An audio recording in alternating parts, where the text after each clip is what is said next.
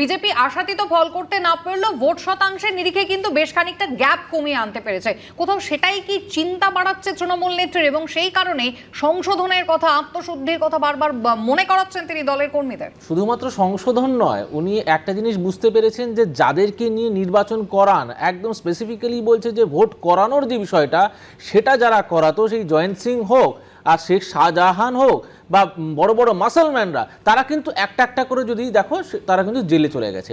এখন উনি বলছেন যে যারা এখন পড়ে আছে তারা হচ্ছে সেই কর্মীরা, সেই কর্মীদের বলছেন এবার আপনারা দেখুন আপনাদেরই ভোটটা করতে হবে, আপনারা এবারে সেই রাস্তা বের করুন। কিন্তু একদিক থেকে ওনার মুখ থেকে আরেকটাও শুনলাম, সেটা হচ্ছে উত্তরবঙ্গ নিয়ে উনি কিন্তু রীতিমতো দুশ্চিন্তায় আছেন। এবার আমি আরও বলছি, উত্তরবঙ্গ যেভাবে, উত্তরবঙ্গের মানুষ যেভাবে তৃণমূল কংগ্রেসকে ছুঁড়ে ফেলে দিয়েছে আর কোনোদিন পাতে দেবে না। আর দ্বিতীয়, মালদা নিয়ে উনি কথা বলেছেন স্পেসিফিক্যালি যে উনি আম খেতে চান মালদার। যেভাবে মালদা আমরা দেখেইছি, একটা মালদা আমরা পেয়েছি, আর একটা মালদার মানুষ রীতিমতো আমের আচার বানিয়ে ওনাকে পাঠাবেন খাওয়ানোর জন্য। কিন্তু যে পরিষেবার কথা উনি বলছিলেন যে পরিষেবা দিতে হবে, উনি পরিষেবা কোথা থেকে দেবেন? আজকে পুলিশ প্রশাসনের কাছে গেলে সাধারণ মানুষকে বলছে তুমি শেখ শাহজাহানের কাছে চলে যাও। আপনি কোন প্রশাসন বা কোন পরিষেবার কথা আপনি বলতে চাইছেন? আর আপনি বলছেন সংশোধন। এই যে নেতা মন্ত্রী, আজকে মদন মিত্রের পাশে ছবি দেখা যাচ্ছে এইসব গুন্ডাদের, আজকে অন্য বিধায়ক তৃণমূলের, অন্য মন্ত্রী তৃণমূলের, তাদের পাশে রীতিমতো ছবি কেক কাটা হচ্ছে। কিন্তু এ রাজ্য সরকার কি একবারও এই কথা স্বীকার করেছে যে এসএসসি সত্যি দুর্নীতি হয়েছে, শিক্ষা নিয়োগ দুর্নীতি হয়েছে? এর থেকে আর হাস্যকর কিছু হতে পারে না। সেটা হচ্ছে উনি একটা জিনিস ভুলে গেছেন যে মিডিয়ার পর্দায় দিনের পর দিন আমরা একটা জিনিস দেখেছি যে পার্থ চট্টোপাধ্যায় এবং তার বান্ধবীর বাড়ি থেকে যে কোটি কোটি টাকা পাওয়া গেল এবং সেইটাকে উদ্ধার করার সময় মেশিনগুলো হাঁপিয়ে গেছে গুনতে গুনতে। সমীর বাবু, আপনি ভুলে যাচ্ছেন যেভাবে আপনার শিক্ষামন্ত্রী পার্থ চট্টোপাধ্যায়ের বাড়ি থেকে কোটি কোটি টাকা পাওয়া গেছে, বলি শুনুন, সেইভাবে একটা বিজেপি নেতা মন্ত্রীর বাড়ি থেকে 1 পয়সা কিন্তু উদ্ধার করা যায়নি, যেখানে বলা হচ্ছে যে এইটা হয়তো এই শিক্ষা কেলেঙ্কারির সঙ্গে যুক্ত। এরকম ইভেন্ট 2011 সালে সরকারটা এলো, 2012 সালের ওএমআর শিট পাওয়া যাচ্ছে অয়নশীলের বাড়ি থেকে। অয়নশীলকে রীতিমতো আপনাদের তৃণমূলের নেতা কর্মীদের পাশে দেখা গেছে ছবি। কত দুর্নীতি করেছে এখন ঠিক নেই। আগামীকালও কেন্দ্রীয় অর্থমন্ত্রী নির্মলা সীতারামন যে বাজেট পেশ করবেন, সেটাও কিন্তু একেবারে শরিকদের মনোমতোই হতে হবে, না হলেই সমস্যা। আর কোথাও সেই সুযোগেই কিন্তু মমতা বন্দ্যোপাধ্যায় তিনি অখিলেশ যাদবকে সঙ্গে নিয়েছেন। কাকে? একদিকে উত্তর ভারত আর একদিকে পূর্ব ভারত, এই মুহূর্তে যারা সব থেকে ক্ষমতাশালী দুটো রাজনৈতিক দল। না, মমতা বন্দ্যোপাধ্যায়ের ভাষণ শোনার পর আমার একটি সিনেমার একটা ডায়লগ এখন মনে পড়ছে, সেটা হচ্ছে কেহনা ক্যা চাতে হো ভাই, আরে কেহনা ক্যা চাতে হো।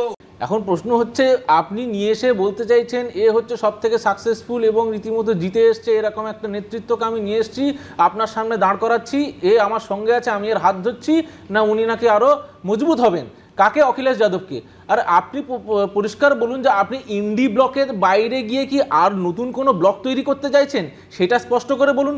যদি ইন্ডি ব্লকের কথা বলি, তাহলে ক্যালকুলেটিভলি কংগ্রেসের রেজাল্ট বা ভোট শেয়ার বা সিট শেয়ার আপনি দেখুন।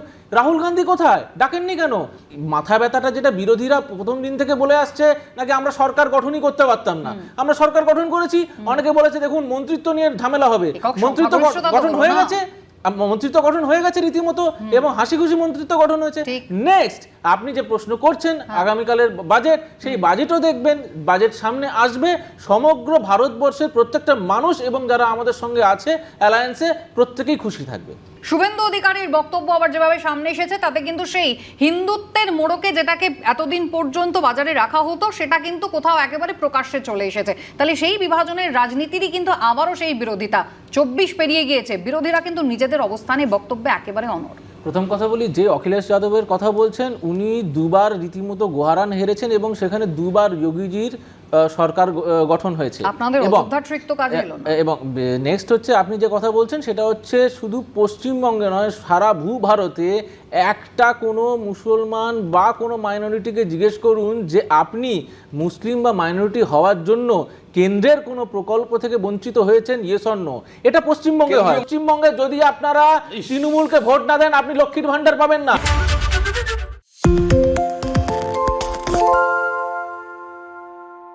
পূর্ব মেদিনীপুর শান্তিপুরের ভোটটা তো তিনি নিজে করিয়েছেন বলে দাবি করেছেন।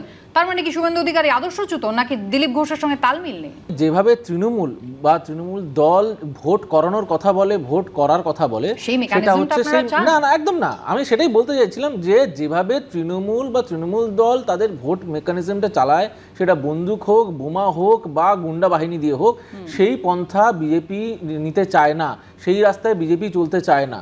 কিন্তু হ্যাঁ, অবশ্যই সংগঠনের পাশে ভোট বিনা হিংসায় কিভাবে করানো যেতে পারে তার পন্থা নিয়ে কদিন আগেই কিন্তু বললেন যে ভোট আমরা জিততে পারিনি, তার কারণ হচ্ছে ঠিক যে ভোট মেশিনারিতে অস্ত্র দিয়ে যেভাবে তৃণমূল ভোটটা করায়, আমাদের সংগঠনটা এখনো পর্যন্ত সেই জায়গায় পৌঁছয়নি, আমরা সেই ভোটটাকে প্রতিহত করতে পারি। একদমই আমি ওই কথা বলতে চাইছিলাম, যেটা সুকান্তদা বলছে, যে এক্স্যাক্টলি আমি ওই কথাই বলছি, যে যেভাবে তৃণমূল তাদের বন্দুক, বোমা এবং গুন্ডা বাহিনী দিয়ে ভোটটা করায়, সেই ভোট আমরা করাতে পারি না, আমরা ব্যর্থ, আমি তো স্বীকার করছি।